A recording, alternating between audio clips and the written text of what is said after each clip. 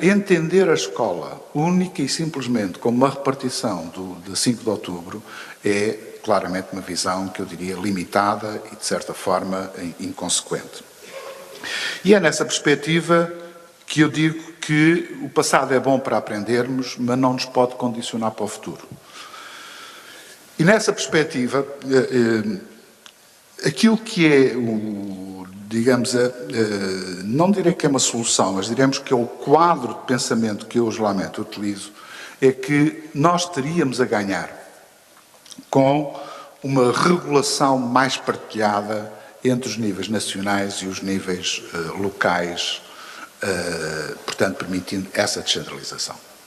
Ou seja, há, e eu vou tentar demonstrar em 2 ou 3 exemplos que nós podemos trabalhar, há claramente vantagem em que o Ministério possa dispensar algumas das suas competências e funções para que elas possam ser de forma mais eficaz concretizadas, digamos, na base.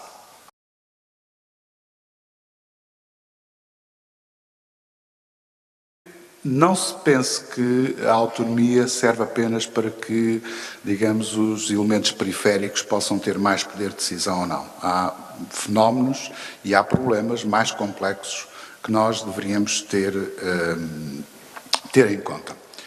Agora, há algo que eu costumo dizer, no que diz respeito à necessidade de falar daquilo que queremos falar, é que eu entendo a autonomia como um fim e não como um caminho.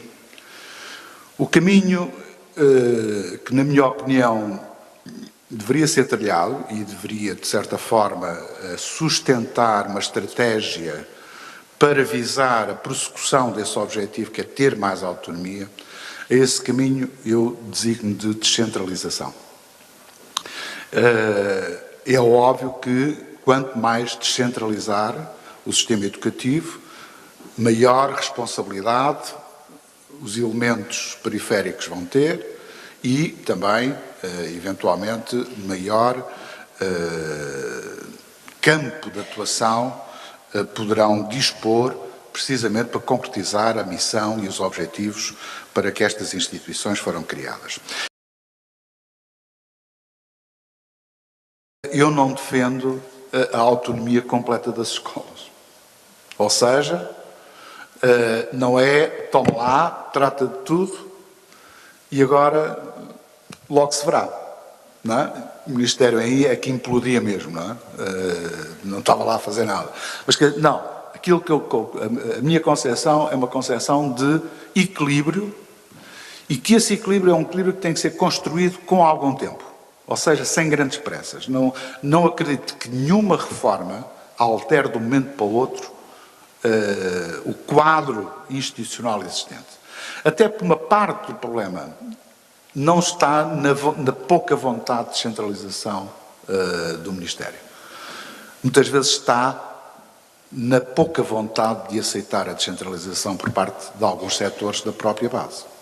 Ou seja, porque a descentralização e a autonomia começam na cabeça das pessoas.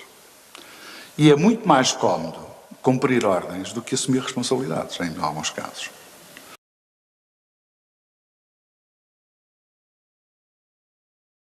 Era fundamental, precisamente, que se criasse um órgão mais de monitorização e de controle e de, acima de tudo, planeamento, ao nível municipal e intermunicipal, do que ter uma espécie de um parlamento educativo que, na maior parte dos casos, não funciona como deve ser. Sejamos honestos sobre isso.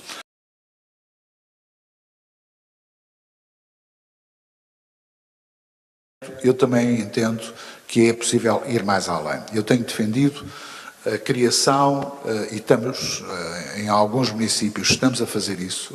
Quando digo que estamos, não sou eu como Presidente do Conselho Nacional de Educação, mas é precisamente a Universidade Nova onde leciono, tenho uma equipa de investigação a trabalhar sobre essas áreas, naquilo que nós designamos dos chamados Planos de Desenvolvimento Educativo Municipal. É uma espécie de PDMs para a educação, que estejam articulados com o próprio Plano de Desenvolvimento Estratégico do município. Ou seja, Não tem sentido estarmos a criar um plano só para a educação fora da dinâmica municipal. O que tem sentido é, dentro daquilo que é o Plano Estratégico de Desenvolvimento Municipal, reforçar a componente do planeamento educativo dentro desse quadro.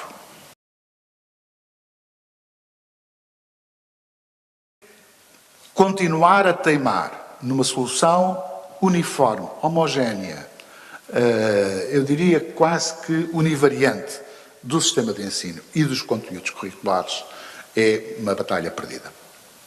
Aquilo que gera, geralmente, é mais insucesso, menor adequação aos objetivos do próprio sistema de ensino e níveis de ineficiência também muito elevados.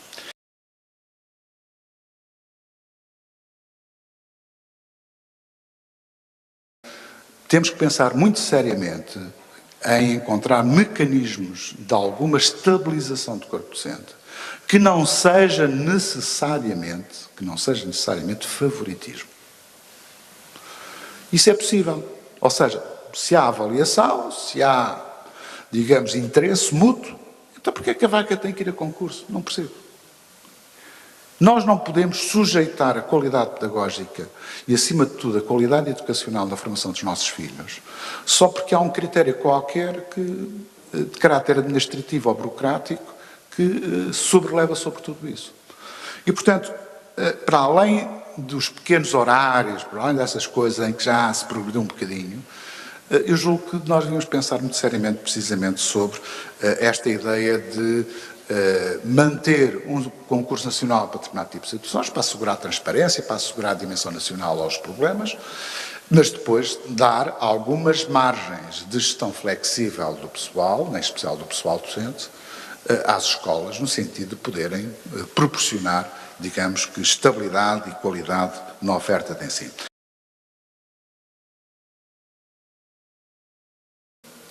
É insuportável para o Estado Central manter a atual configuração do sistema de ensino. E, portanto, ou se mantém, e os níveis de ineficiência e de gasto não justificado se mantêm também, ou então, sinceramente, começo a ter medo, digamos que qualquer dia temos uma falência generalizada do sistema de ensino. E isso, quer dizer, não quero acreditar, mas quer dizer, eu acho que temos uma margem de progressão enorme.